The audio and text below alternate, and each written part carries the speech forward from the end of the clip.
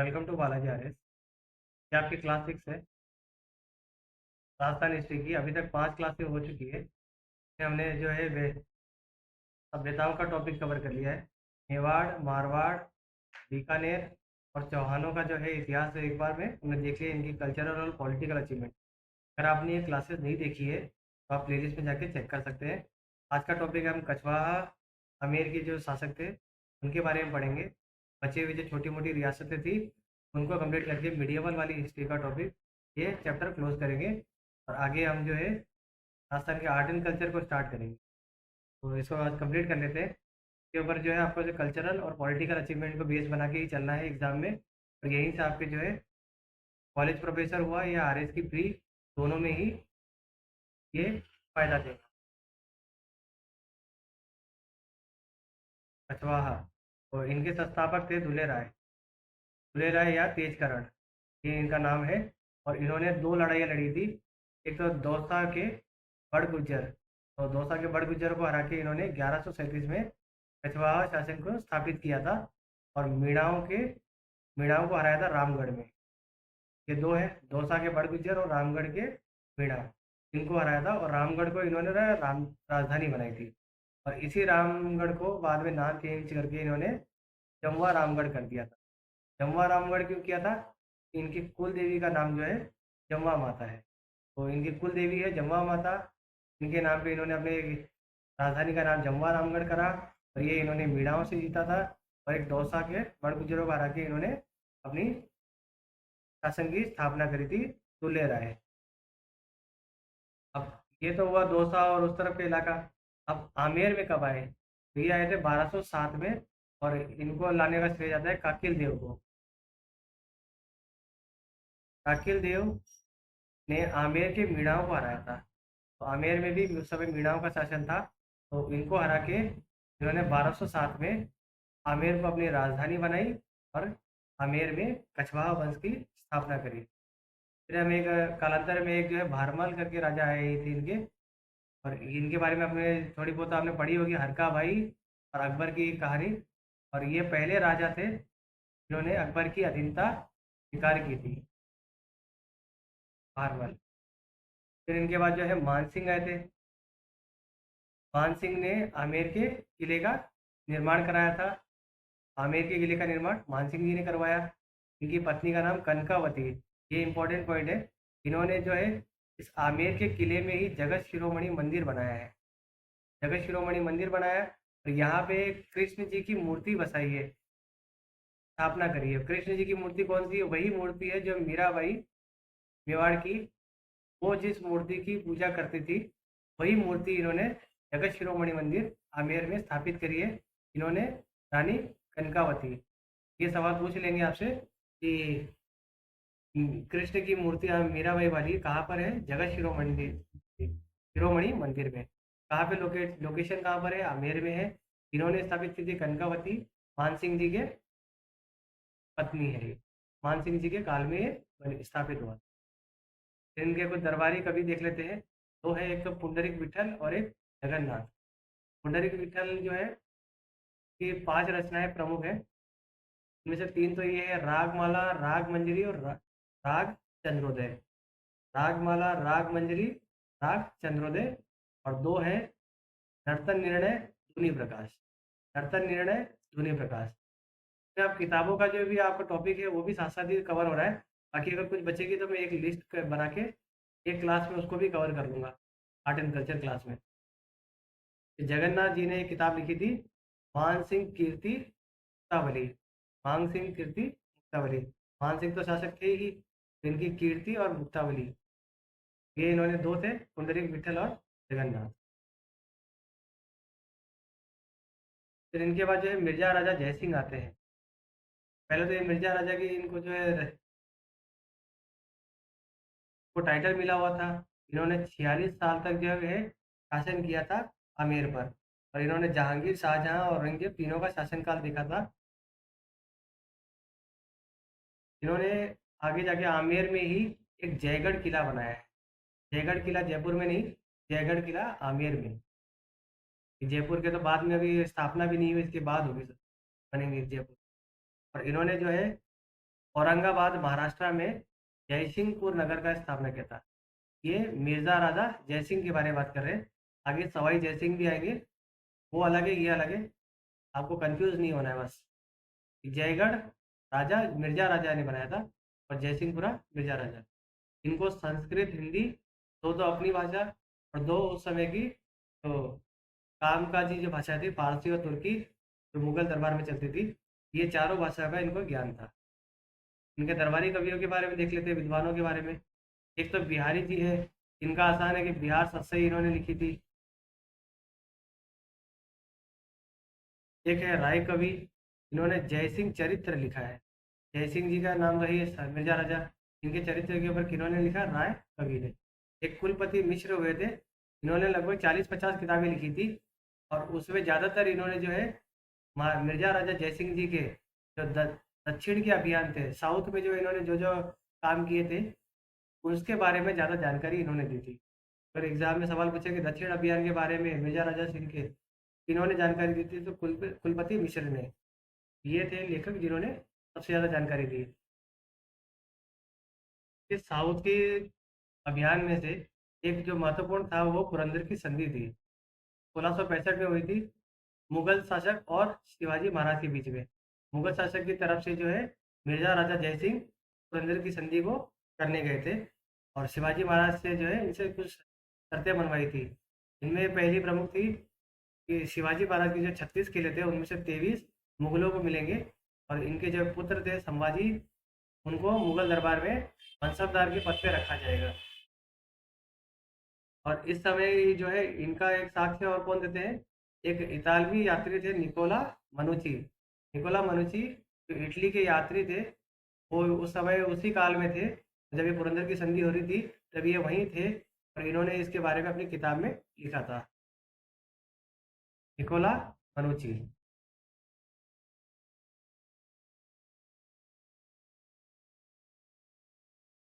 फिर इसके बाद जो है प्रमुख राजा आते हैं सवाई जयसिंह। तो इनके नाम क्या क्या सवाई लग रहा है, तो सवाई की जो उपाधि है औरंगजेब ने दी थी, सवाई की उपाधि दी थी। और एक और राजा बाद में, एक उपाधि यह हो गई, दूसरी उपाधि इनकी थी राजेश्वर। तो ये उपाधि इनको मोहम्मद शाह रंगीला ने दी थी। इन्होंने 7 शासकों का शासनकाल देखा था, 7 मुगल शासन। तो मैं आपको पता ही है कि मुगल शासकों में राजपाट के लिए लड़ाइयाँ चल रही थी, तो उस समय जो 7 शासकों को इन्होंने शासनकाल देखा था। इन्होंने सबसे ज़्यादा शासन इन्होंने लंबी अवधि तक काम करने वाले मिर्जा राजा जयसिंह, ये सवाई जयसिंह अलग।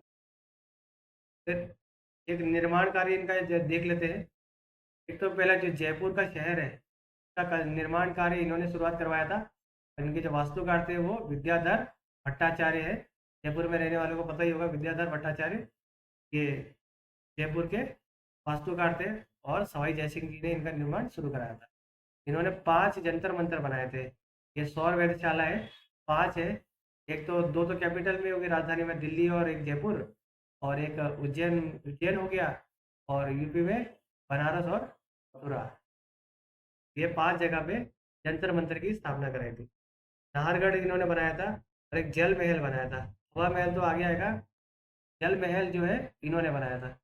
और एक जयपुर का जो प्रसिद्ध मंदिर है गोविंद देव जी का मंदिर, जो गौड़ी संप्रदाय का है, इसका भी कंस्ट्रक्शन इनका, इस मंदिर का निर्माण कार्य भी इनके शासनकाल में ही हुआ था। और एक सिटी पैलेस भी इन्होंने ही बनवाया था। अब इनकी खुद की कुछ रचनाएं देख लेते हैं। इन्होंने एक जो है जयसिंह कारिका नामक किताब लिखी थी, जयसिंह कारिका। अपने जो भी कार्य थे इसमें इन्होंने लिखा था। एक इन्होंने नक्षत्र की सारणी बनाई थी, ये थोड़ा अलग ही याद रखना कि नक्षत्र की सारणी बनाई थी। नक्षत्र यानी तारे और उसकी गतिविधियों के बारे में। इसका नाम इन्होंने थोड़ा अलग रखा था, जीज ए मोहम्मद शाही। जीज ए मोहम्मद शाही, 2-3 बार बोलिए, नक्षत्र सारणी जीज ए मोहम्मद शाही। किसने बनाई थी, हम किसके बारे में पढ़ रहे हैं, सवाई जयसिंह के बारे में। आपको याद रखना है कि जितने भी हम पॉइंट पढ़ रहे हो वो किससे रिलेटेड है, कि सवाई जयसिंह और मिर्जा राजा जयसिंह में आप कंफ्यूज हो सकते हो, तो ये याद रखना है आपको। फिर इनका एक चित्रकला विभाग भी है, सूरत खाना। चित्रकला को इन्होंने प्रसार करने के लिए एक अलग से जो है डिपार्टमेंट ही बना दिया था, सूरत खाना। और इन्होंने सती प्रथा के लिए बहुत ज़्यादा काम किया था इन्होंने। दो दरबार कवि देख लेते इनके। तो पुंडरीक रत्नाकर है, इन्होंने जयसिंह कल्पद्रुम लिखा था। ये कल्पद्रुम हमने पहले भी पढ़ा था। वो उसके उसके लेखक कौन थे, अगर आपने याद है आप कमेंट में लिख सकते हैं।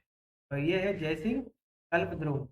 एक पंडित जगन्नाथ जी थे, इनके दो सिद्धांत थे। पहला सिद्धांत था सिद्धांत सम्राट, और दूसरा सिद्धांत कौस्तुभ। सिद्धांत सम्राट और सिद्धांत कौस्तुभ, दोनों सिद्धांत किन्होंने लिखा, जगन्नाथ। इनके दरबारी कवि पढ़ रहे हैं आप, मिर्जा राजा नहीं, सवाई जयसिंह। कंफ्यूज नहीं होना है, सवाई जयसिंह पढ़ रहे हैं हम।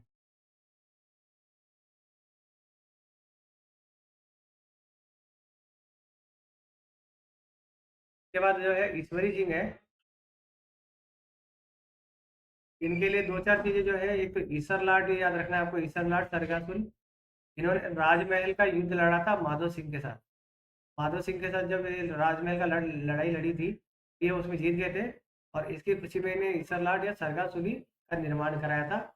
फिर वापस ये जो है माधव सिंह जो है, इस बार मराठों को लेके आते हैं लड़ने के लिए, ईश्वरी सिंह के साथ लड़ने के लिए। पर जब बगरू का युद्ध होता है, और इसमें ये दोनों मिलके जो है ईश्वरी सिंह को हरा देते हैं। जीत में जब मराठा चौथ वसूली का भी काम करते थे। इनसे तो 5-6 इनकी तहसीलें या परगने ले लिए, और ईश्वरी सिंह से खूब सारा जो है धन लिया, और उसको बार बार जो है शोषित करते थे कि हमें और धन चाहिए, और धन चाहिए। इस शोषण से परेशान होके ये पहले एक ऐसे राजा थे जिन्होंने आत्महत्या कर ली थी। इनके आतंक से परेशान होके, मराठाओं के आतंक से। बगरू का युद्ध याद रखना है। और एक वो राजमहल का युद्ध। फिर आते हैं प्रताप सिंह। प्रताप सिंह जी वही है जिन्होंने हवा महल का निर्माण कराया था। इन्होंने एक किताब लिखी थी, ब्रिज निधि। ब्रिज निधि के रचनाकार स्वयं प्रताप सिंह जी खुद थे, इन्होंने खुद ने लिखा था। और इनके पास जो 22 विद्वान थे। प्रताप सिंह जी के पास 22 विद्वान थे, तो प्रताप बाईसी या गंधर्व बाईसी कहते थे। प्रताप बाईसी, 22 तो आपको पता ही हिंदी शब्द है, प्रताप बाईसी या गंधर्व बाईसी। ये 22 विद्वान किसके थे, प्रताप सिंह जी के। और इन विद्वानों के लिए इन्होंने एक खाना, मतलब एक डिपार्टमेंट जैसा बनाया था, तो रखा था गुणी जन खाना। ये 22 विद्वान गुणी है, इन गुणियों को रखने के लिए गुणी जन खाना बनाया था। और ठीक है, 22 विद्वान और प्रतिनिधि। अब जैसे मैंने कहा कि इन्होंने हवा महल का भी निर्माण करवाया था। तो 5 मंजिला ये है हवा महल, और 950 से ज़्यादा इन पे खिड़कियाँ हैं। और 5 मंजिलों का जो है, हम एक नाम भी याद कर लेंगे। पहले हमको इनके वास्तुकार पता होना चाहिए, लालचंद जी। लालचंद जी जिन्होंने 5 मंजिली हवा महल का कंस्ट्रक्शन करा था। फिर तो खिड़कियाँ है, तो इसको ऐसे याद कर लो, हवा आ गई, प्रकाश आ गया, और शरद ऋतु आ गई। ठीक है। और विचित्र है क्योंकि उसमें दीवारों पे रत्न लगा है, ऐसे याद कर लो कि एक हवा मंदिर है, प्रकाश मंदिर है, शरद मंदिर है, और एक विचित्र मंदिर है। विचित्र मंदिर क्यों है कि वो पूरा मंदिर जो है रत्नों से बना हुआ है, हीरे जवाहरात रत्नों से। ऐसे याद करने के लिए बता रहा हूँ, विचित्र मंदिर है क्योंकि वहाँ पे रत्न मंदिर है। ऐसे इस तरह से आप 5 नाम याद कर लो। वो प्रताप सिंह जी हवा महल, और लालचंद जी आर्किटेक्ट। यहाँ पे जो कछवाहा के खत्म होते हैं इंपॉर्टेंट शासन, अब हम जो छोटी मोटी रियासतें हैं इसको भी इसी क्लास में कवर कर लेते हैं। और अब हम पढ़ेंगे नाडोल के चौहान। ठीक है, नाडोल के चौहान पढ़ेंगे। इसमें सबसे जो जो इम्पोर्टेंट है, जिनके जो कल्चरल अचीवमेंट या कुछ पॉलिटिकल जिन्होंने किया होगा वही देखेंगे। इनमें एक नाम आता है लक्ष्मण सिंह जी। ये क्यों फेमस है, क्योंकि इनकी जो कुल देवी है आशापुरा माता, तो इन्होंने जो है नाडोल में ही आशापुरा माता जी का मंदिर बनाया था। नाडोल में आशापुरा माता मंदिर लक्ष्मण सिंह जी ने बनाया था, नाडोल के चौहान। एक अहिल करके एक राजा हुए थे, इन्होंने जो महमूद गजनवी, ठीक है, उस समय महमूद गजनवी सोमनाथ मंदिर पे आक्रमण करते रहते थे। तो इन अहिल राजा ने जो है महमूद गजनी को आक्रमण को रोका था। इन्होंने इनके साथ युद्ध किया था इन्होंने। और कई राजा ऐसे हुए जिन्होंने जो है कई अफगानी या तुर्की राजा को जो है उस तरफ के राजाओं को भारत की सीमा में रोका है। उनमें से एक अहिल भी है, जिनका हम नाम भी नहीं जानते। वैसे भी हम जो है एग्जाम में ही याद करते हैं। अब हम एक हाड़ा, जो बूंदी के हाड़ा है, उनके इतिहास को पढ़ेंगे। हाड़ा के चौहान ही होते हैं। तो इनके जो प्रमुख है कि तो बरसिंह जी है। बरसिंह जी ने क्या किया था, जो बूंदी में तारागढ़ का किला है, बूंदी में भी एक तारागढ़ का किला है, इसका इन्होंने निर्माण कराया था। और ये तारागढ़ किला क्यों फेमस है? इसकी दीवारों पे खूब सारी चित्रकलाएं करी गई है, अलग अलग पेंटिंग करी गई है। जैसे आपको बूंदी स्कूल पेंटिंग पता होगा, कोटा, ये हम जो है चित्रकला में पढ़ेंगे। तो वहाँ इसकी जो है विशेषता देखेंगे। बूंदी कला में क्या होता है, ज़्यादातर जो प्राकृतिक चित्र है उनको ज़्यादा दिखाया जाता है। कोटा वाले में शिकार वाले चित्र को दिखाया जाता है। तो ये सब हम आगे देख लेंगे। फिर आते हैं राव सुरजन। सुरजन जी है, इन्होंने क्या है, ये जो हाड़ा बूंदी इस रियासत के थे, इन्होंने, इनकी तरफ से जो है अकबर की आतिथ्यता स्वीकार इन्होंने करी थी। तो राव सुरजन, इनके एक दरबारी कवि थे चंद्रशेखर। इन्होंने एक तो हमीर हट लिखा था, रणथंभौर वाले हमीर हट। और एक इन्होंने जो है सुरजन जी है, इनके ऊपर ही सुरजन चरित्र लिखाया था। चंद्रशेखर, हमीर हट और सुरजन चरित्र।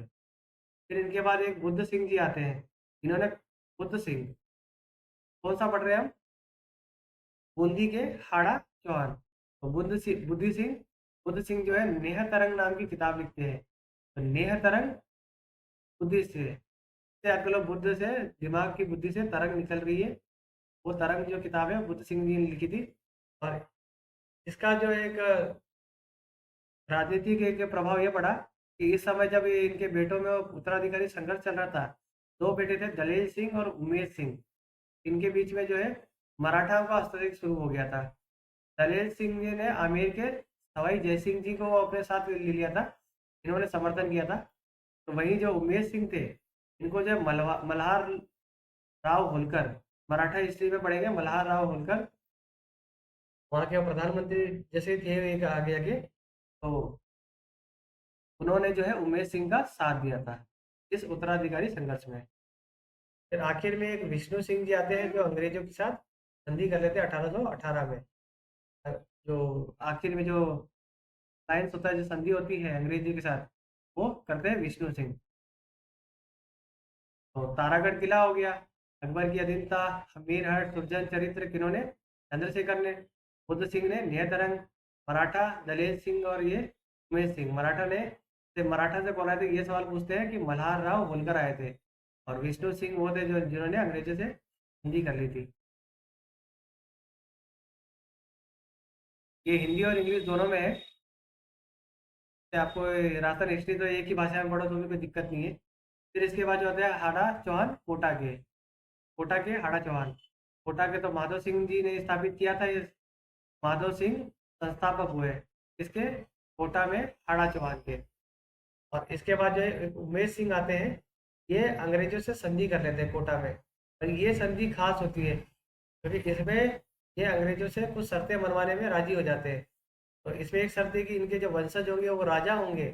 जो इनके जो प्रधानमंत्री थे जालिम सिंह झाला, उनके वंशज दीवान बनेंगे। यानी इन्होंने जो जन्म से जो सत्ता आगे बढ़ेगी वो वाला इंतजाम कर लिया, राजा वाला भी और प्रधानमंत्री वाला भी। तो ये ज़्यादा दिन चला नहीं कि इनके जो पोते आते हैं वो उनका जो है मन मुटाव हो जाता है राजा से। फिर वो आगे जाके जो है झालावाड़ रियासत की स्थापना करते हैं। झालावाड़ रियासत इंपॉर्टेंट क्यों है? क्योंकि ये एक प्रधानमंत्री खुद जो है अपने आप को अलग करके एक अलग रियासत बनाता है। ये कोई पहले की कोई रियासत नहीं चल रही थी, ये नई बनी थी। और इन्होंने जो चंद्रभागा नदी के पास ये बनाया था। और इसको जो है अंग्रेजों ने मान्यता दे दी थी। और ये आखिरी रियासत थी राजस्थान की जो बनी थी। तो आखिरी रियासत कौन सी है? झालावाड़ की। किन्होंने बनाया था? मदन सिंह झाला। और ये जालिम सिंह झाला के पोते थे। सिरोही के देवरा चौहान भी देख लेते हैं अपने। ठीक है, एक तो सासमल देवड़ा। सासमल देवड़ा ने 1425 में, तारीख याद ना हो, अरे सिरोही की इन्होंने स्थापना करी थी, शहर को बसाया था सासमल देवड़ा ने। फिर अखेरा देवड़ा तो आपने पढ़ा ही था खानवा के युद्ध में, कि जो सिरोही के अखेरा देवड़ा और राणा सांगा के साथ जो है पाती पर्वन में आते हैं और खानवा के युद्ध में लड़ाई लड़ते हैं। अखेरा देवड़ा खानवा के युद्ध में राणा सांगा का साथ देते हैं। एक सुल्तान देवड़ा करके हुए थे, इन्होंने जो है दत्तानी के युद्ध में अकबर के साथ लड़ाई लड़ी थी। दत्तानी का युद्ध जो है अकबर के साथ लड़ा गया था सुल्तान देवड़ा। तो सुल्तान जो है अच्छे सुर में जो है अकबर के साथ लड़े थे, ऐसे याद कर लो। और आपको याद होना चाहिए जिन जिन्होंने जो है खासकर जो है मुगल शासकों उनके खिलाफ लड़ा है, इनके साथ संघर्ष किया है, उनके बारे में आपको पता होना चाहिए, चाहे वो छोटे से छोटा रियासती क्यों ना हो। तो इसमें एक फिर इनके एक जो दरबारी कवि थे दुरसा आड़ा, तो इनकी किताब थी राव सुल्तान रा कवित और किरतार बावनी। राव सुल्तान जो सुल्तान है इनके, इनका कवित, इनकी जो कहानी है वो, और किरतार बावनी, क्यों? क्योंकि इन्होंने अकबर से लड़ाई लड़ी थी, इसलिए इनके ऊपर किताब लिखी दुर्सन आड़ा ने। और हमें शिव सिंह का, हमें अगर हमने पहले कभी पढ़ा हो तो पता होगी ये आखिरी है राजा थे जिन्होंने अंग्रेजी से संधि करी थी। तो सिरोही के राजा शिव सिंह आखिरी थे जिन्होंने अंग्रेजी के साथ संधि करी थी। तो यहाँ आपकी ये मिडिवल हिस्ट्री कंप्लीट होती है। आप जो है क्लासों को देखिए, अच्छे से समझिए, जितना जल्दी हो सके इसको कवर कर लिए। हम धीरे धीरे इसको जो है ये पेपर 3 कंप्लीट करेंगे, ठीक है? और अपनी तैयारी को इसी तरह आगे बढ़ा के रखिए, सफलता जरूर मिलेगी। Thank you.